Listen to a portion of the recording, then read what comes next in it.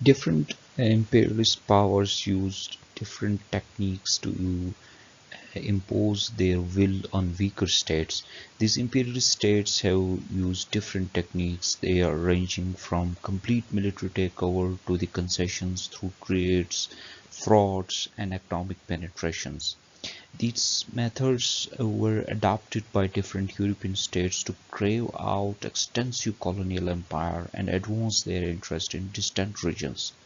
For example, states like Britain, Germany, Russia, and Japan try to promote their interest in China through leasehold. Similarly, Britain, France, Germany, and Italy try to promote their interest in Turkey through leasehold. In Africa, however, these states followed the policy of annexation. So, to maintain their control, the imperialist powers also resorted to tariff regulations, financial supervision, and or military occupation.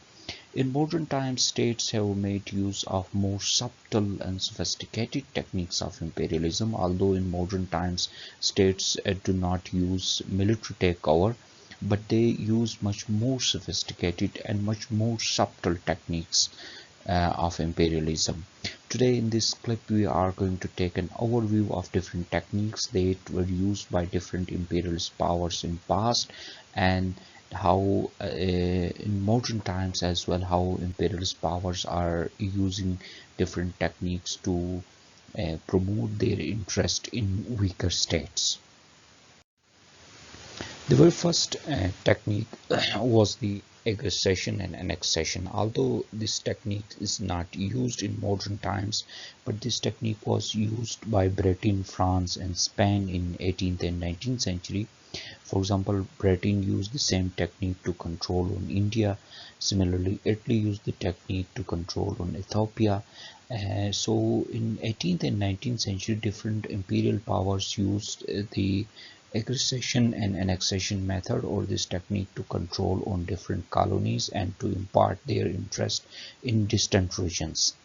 The next technique is the economic concessions. In economic concessions, the imperial power gains some economic concession from a backward country in form of trade and commerce, and utilize them to further exploit their resources. For example, the English, when they came to India, they first gained some economic concessions from India, and they later on they exploited those economic concessions to take control of India.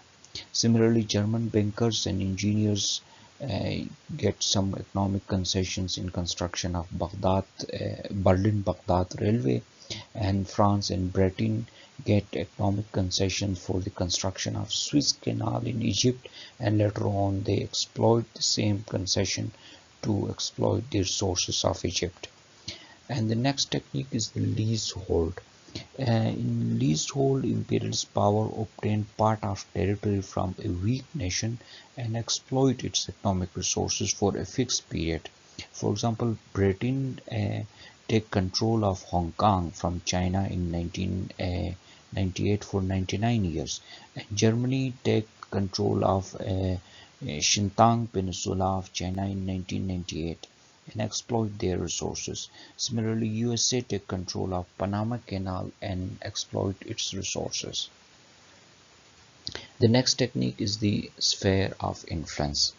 Under this technique, an imperial country acquired exclusive right to exploit and developed a backward region economically, and through this way they impart their interest in those regions.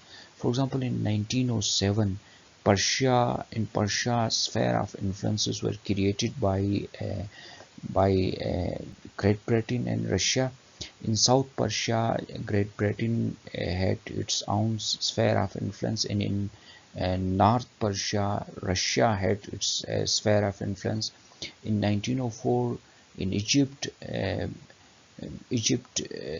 in Egypt, Britain made its sphere of influence, and Morocco was made the sphere of influence of France.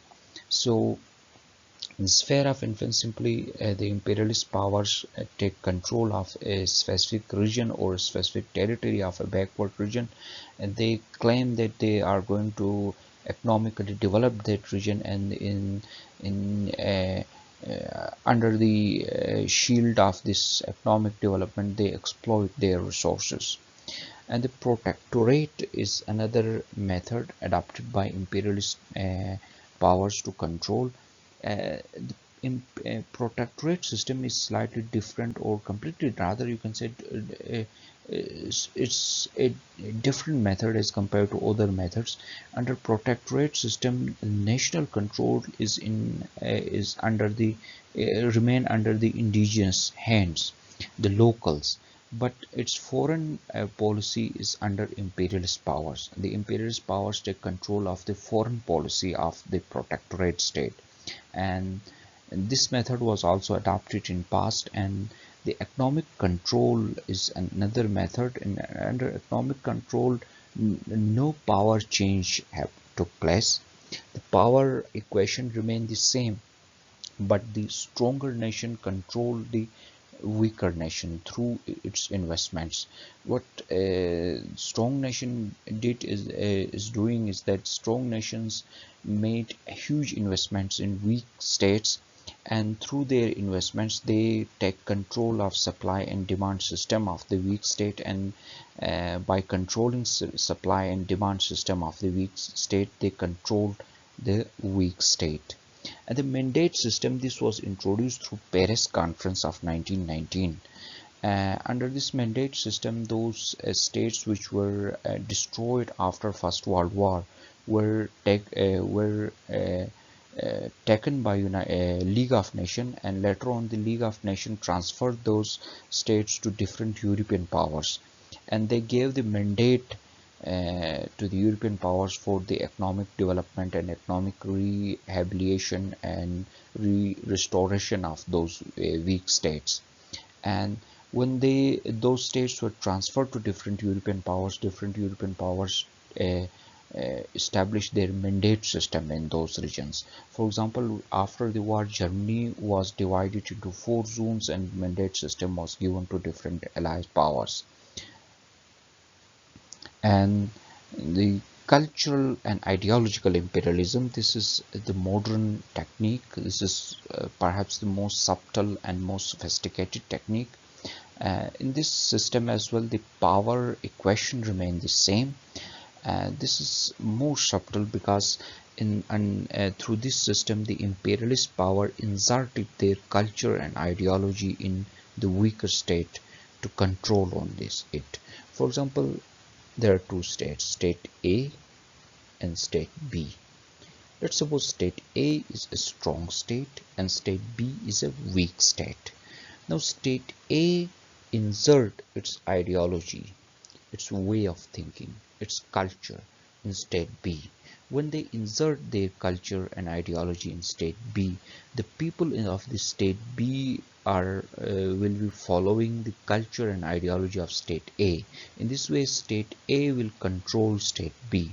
This is perhaps the modern technique and more subtle and sophisticated technique of imperialism. An imperialist state doesn't follow only one technique. They follow different techniques at the same time to impart their ideology in distant regions. Thank you for joining. Take care. Goodbye.